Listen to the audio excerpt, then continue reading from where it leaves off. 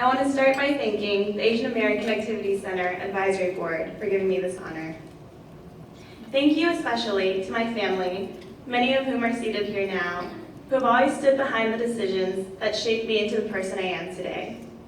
Thank you to my parents, who never hesitate to get behind my hopes and dreams. Thank you to my friends, who have seen me through it all. Thank you to Teresa Metz for your compassion and wisdom over the years. And last of all, but not least, thank you to Dr. Nguyen. She has been an influential mentor to me, and I greatly admire her contributions to patient care, research, and mentorship. In receiving this award, I was prompted to ask myself the following questions. Why? And how did I get to be here? That introspection has led to a number of observations that I'd like to share with you today. My first experience of research was in a fruit fly lab my freshman year. I sat in a refrigerated room day after day creating fruit fly strains for genetic sequencing.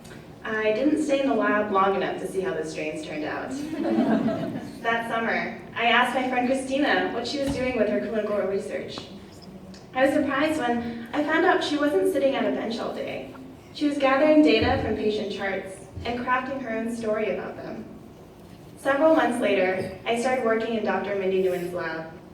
Under her guidance, I wrote a first author abstract on the liver cancer screening adherence for chronic hepatitis B patients. This was a predominantly Asian cohort, and I found differences in screening adherence between genders. Last spring, I flew on fully sponsored trips to Washington, D.C. and Vienna to present my poster presentation at 2 conferences. It was a whirlwind of new experiences, during midterm week, no less. I was able to interact with an academic community outside of Stanford and witness the many avenues and approaches to research. Throughout this journey, I've learned how important it is to include Asians and Asian Americans as research demographics. Asian American health issues have long been overlooked due to the model minority myth that Asian Americans don't have and aren't affected by major health disparities. For example, hepatitis B affects 1 in 12 Asian Americans, a greater risk than most other ethnicities. It is also well established that racial and ethnic minorities, including Asian Americans, have been underrepresented in clinical trials. All of these facts demonstrate that there is a discrepancy between the perception and reality of Asian American health. The inclusion of Asian Americans as research participants is important for the generalizability of results, equity of services provided, and accuracy of ethnic subgrouping analysis.